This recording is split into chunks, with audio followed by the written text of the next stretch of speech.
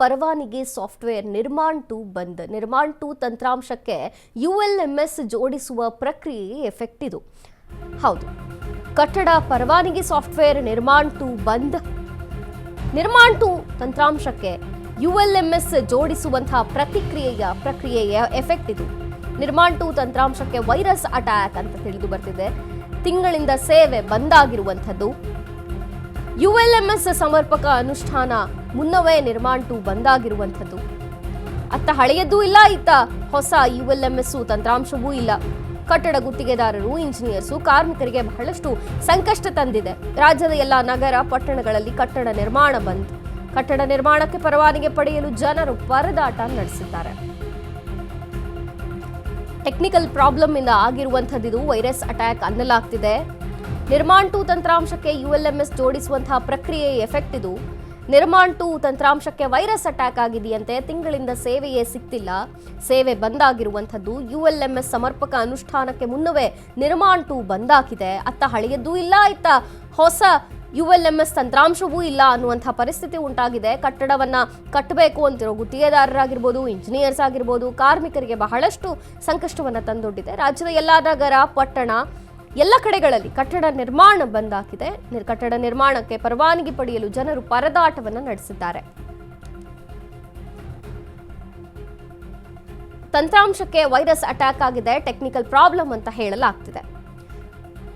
ಕಟ್ಟಡ ಪರವಾನಗಿಯನ್ನು ಕೊಡಬೇಕಾದಂತಹ ಸಾಫ್ಟ್ವೇರ್ ನಿರ್ಮಾಣ್ 2 ಬಂದಾಗಿದೆ. ಈ ನಿರ್ಮಾಣ್ 2 ತಂತ್ರಾಂಶಕ್ಕೆ ULMS ಅನ್ನು ಜೋಡಿಸುವಂತಹ ಪ್ರಕ್ರಿಯೆ ಎಫೆಕ್ಟ್ ನಿಂದ ಹೀಗಾಗಿದೆ. ನಿರ್ಮಾಣ್ 2 ತಂತ್ರಾಂಶಕ್ಕೆ ವೈರಸ್ ಅಟ್ಯಾಕ್ ಆಗಿದೆಯಂತೆ. ತಿಂಗಳಿಂದ ಸೇವೆ ಬಂದಾಗ್ತಿದೆ.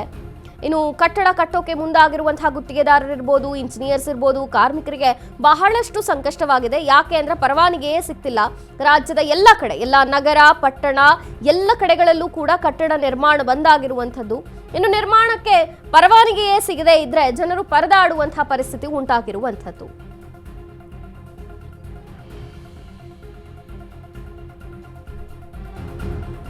ಇನ್ನು ಬ್ಯಾಂಕ್ ಸಾಲ ತೆಗೆದುಕೊಳ್ಳುವವರಿಗೆ ಕಟ್ಟಡ ನಿರ್ಮಾಣ ಪರವಾನಗಿ ಕಡ್ಡಾಯವಾಗಿರುತ್ತೆ.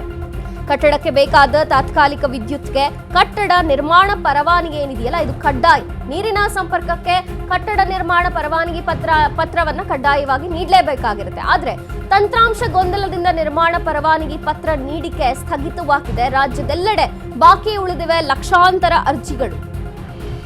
ತಿಂಗಳಿಂದ ಜನರಿಗೆ ಸಮಸ್ಯೆ ಆಗ್ತಿದ್ರೂ ಕೂಡ ಡೋಂಟ್ ಕೇರ್. ತಾತ್ಕಾಲಿಕವಾಗಾದ್ರೂ ಏನಾದ್ರು ಪರ್ಯಾಯ ಮಾರ್ಗ ಹುಡುಕ್ಬೇಕಲ್ಲ, ಅದನ್ನೂ ಹುಡುಕ್ತಿಲ್ಲ ಸರ್ಕಾರ. ಬ್ಯಾಂಕ್ ಸಾಲ ತಗೊಳಕ್ ಹೋದ್ರೂ ಕೂಡ ನಿಮ್ದು ಎಲ್ಲಿ ಪರ್ಮಿಷನ್ ಲೆಟರ್ ಅಂತ ಕೇಳ್ತಾರೆ, ಪರವಾನಗಿ ಪತ್ರ ಎಲ್ಲಿ ಅಂತ ಕೇಳ್ತಾರೆ, ಅದು ಸಿಗ್ತಿಲ್ಲ.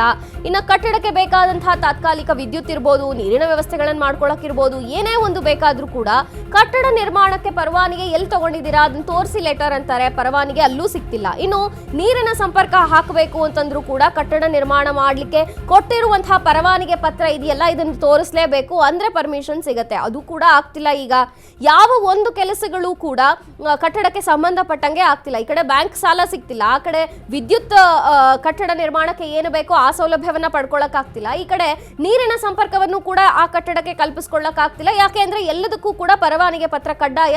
ಎಲ್ಲೇ ಹೋದ್ರೂ ಕೂಡ ಅದನ್ನ ಮುಂದಿಟ್ಟೆ ಕೆಲಸ ತಗೋಬೇಕು. ಆದ್ರೆ ಈಗ ತಂತ್ರಾಂಶದ ಗೊಂದಲದಿಂದ ನಿರ್ಮಾಣ ಪರವಾನಗಿ ಪತ್ರ ನೀಡುವಿಕೆ ಏನು ಸ್ಥಗಿತವಾಗಿದೆ. ಈ ಕಾರಣದಿಂದ ಸಾಕಷ್ಟು ಅರ್ಜಿಗಳು ಹಂಗೆ ಉಳ್ಕೊಂಡಿವೆ. ಲಕ್ಷಾಂತರ ಅರ್ಜಿಗಳು ಅಂತಾನೆ ಹೇಳ್ಬೋದು. ಇಡೀ ರಾಜ್ಯವನ್ನ ಕಂಪೇರ್ ಮಾಡಿದ್ರೆ ರಾಜ್ಯದ ಎಲ್ಲೆಡೆ ಕೂಡ ಬಾಕಿ ಸಾಕಷ್ಟು ಅರ್ಜಿಗಳು, ಲಕ್ಷಾಂತರ ಅರ್ಜಿಗಳು ಉಳ್ಕೊಂಡಿವೆ. ತಿಂಗಳಿಂದ ಜನರಿಗೆ ಈ ಸಮಸ್ಯೆ ಆಗ್ತಿದೆ. ಆದ್ರೂ ಸುಮ್ಮನಿದ್ದಾರೆ ಅಧಿಕಾರಿಗಳು, ಡೋಂಟ್ ಕೇರ್ ಅನ್ನುವಂಥ ಪರಿಸ್ಥಿತಿಯಲ್ಲಿ ತಾತ್ಕಾಲಿಕವಾಗಿ ಆದ್ರೂ ಸರ್ಕಾರ ಏನಾದ್ರೂ ಪರ್ಯಾಯವಾಗಿ ಮಾರ್ಗ ಹುಡುಕಿ ಯಾವುದೋ ಒಂದು ಸೌಲಭ್ಯವನ್ನ ಮಾಡಿಕೊಟ್ಟು ಕೆಲಸಗಳು ಮುಂದುವರಿಯೋಕಾದ್ರೂ ಅನುಕೂಲ ಮಾಡಿಕೊಡಬೇಕಿತ್ತು. ಆದರೆ ಸರ್ಕಾರವೂ ಕೂಡ ಯಾವುದೇ ಒಂದು ಮಾರ್ಗವನ್ನು ಸೂಚಿಸಿಲ್ಲ, ಪರ್ಯಾಯ ಮಾರ್ಗವನ್ನು ಸಹ ಹುಡುಕುವಂಥ ಕೆಲಸ ಮಾಡ್ತಿಲ್ಲ. ಈ ಕಡೆ ಗುತ್ತಿಗೆದಾರರು, ಇಂಜಿನಿಯರ್ಸು, ಕಾರ್ಮಿಕರು ಹಿಂಗೆ ಸಾಕಷ್ಟು ಜನರಿಗೆ ತೊಂದರೆ ಆಗ್ತಿದೆ. ನಿರ್ಮಾಣ ಮಾಡಬೇಕು ಅಂತಿರೋ ಕಟ್ಟಡಗಳಿಗೆ ಪರವಾನಗಿ ಸಿಗ್ತಿಲ್ಲ. ಒಂದಲ್ಲ ಎರಡಲ್ಲ, ರಾಜ್ಯದೆಲ್ಲೆಡೆ ಲಕ್ಷಾಂತರ ಅರ್ಜಿಗಳು ಹಿಂಗೆ ಉಳ್ಕೊಂಡ್ರೆ ಹೆಂಗೆ ಅನ್ನುವಂತಹ ಪರಿಸ್ಥಿತಿ ಇದೆ. ತಾತ್ಕಾಲಿಕವಾಗಿ ಏನಾದ್ರು ಟೆಂಪ್ರವರಿ ವ್ಯವಸ್ಥೆಯನ್ನು, ಸೌಲಭ್ಯವನ್ನು, ಪರ್ಯಾಯ ಮಾರ್ಗವನ್ನು ಸರ್ಕಾರ ಹುಡುಕೊಡಬೇಕಿದೆ. ಬಟ್ ಅಧಿಕಾರಿಗಳು ಡೋಂಟ್ ಕೇರ್ ಅಂತಿದ್ದಾರೆ.